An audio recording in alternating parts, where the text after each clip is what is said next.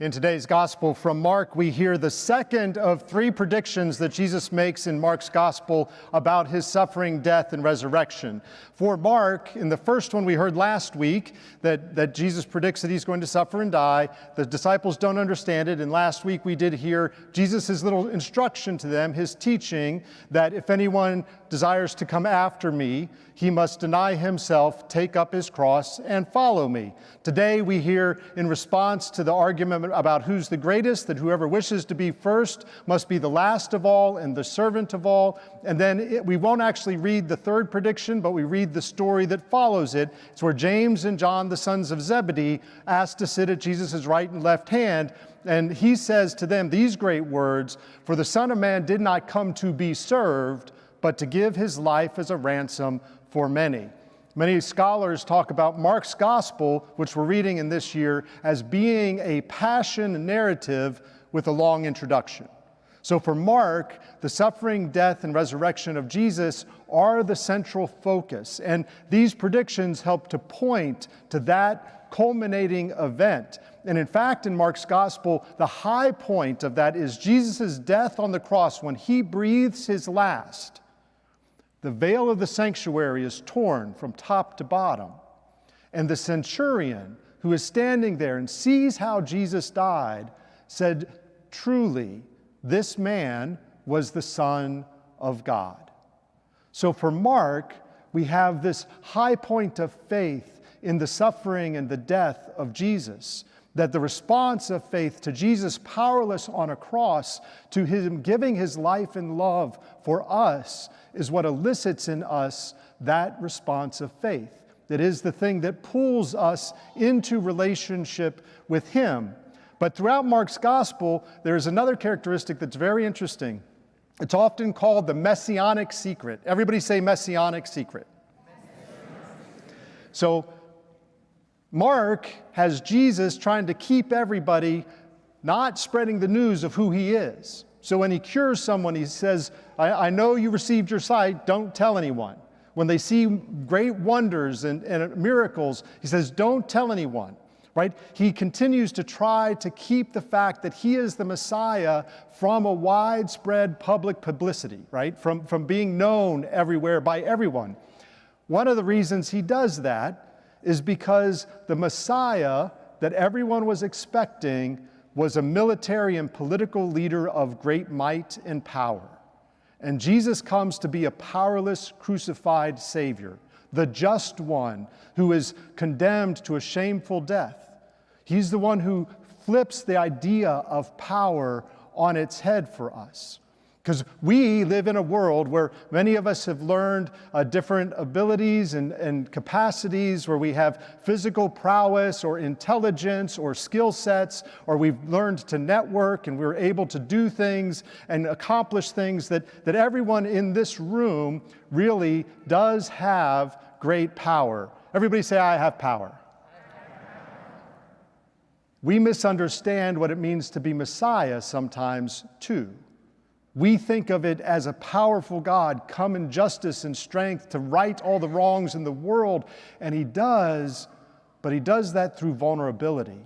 He does that through offering us himself, even in this Eucharist of coming into our hands. And so all of us have power, but we have to understand that power in what is actually most powerful. So all of you have power. Those who are 7 and under in the crowd, do we have anyone who is 7 and under? Can you raise your hands? Actually, if you're a parent holding someone who's 7 or under, can you stand or help those who are younger to stand for just a minute? So if you're 7 or under, please stand or have a parent help you to stand. Okay, very good. So you all are among the most powerful here. We're grateful that you're with us. You have great power because your power is to move hearts in love for you. You have the power to transform lives. Your parents move out of their own selfishness, right? Because they love you and because they want to be able to help you and help you to grow. It is really even like you are like how Jesus first came into the world. Jesus came into the world as a baby to be loved and received by the world.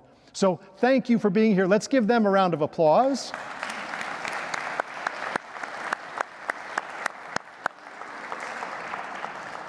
And then you may be seated.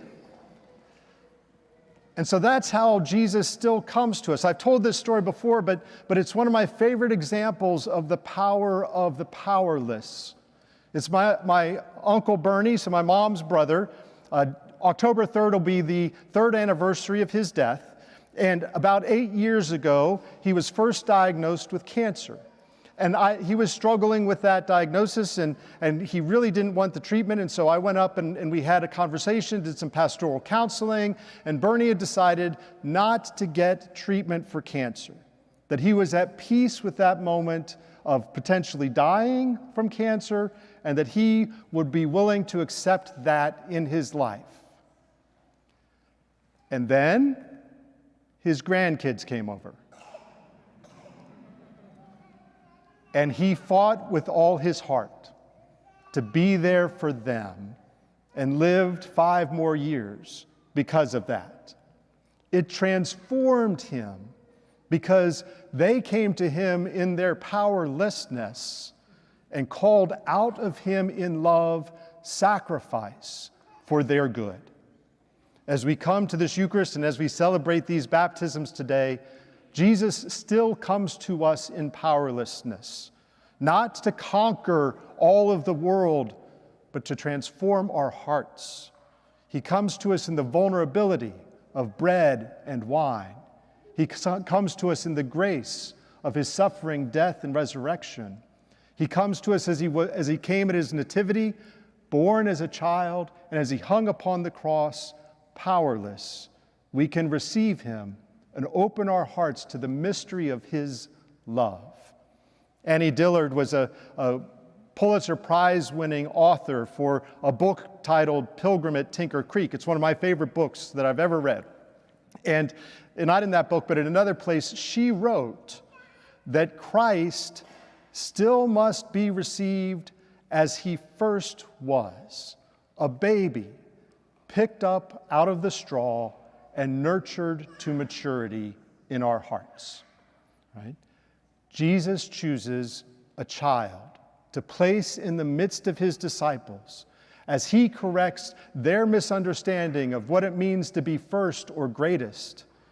And he does that so that we may recognize that in receiving a child, in receiving the least and the powerless and the weak, we receive Christ, and through Christ we adhere our lives to the will of our Creator, how he made us to be. May we open our hearts to that mystery of the powerless God who comes to us in vulnerability so that we may be transformed, not conquered, but transformed by love.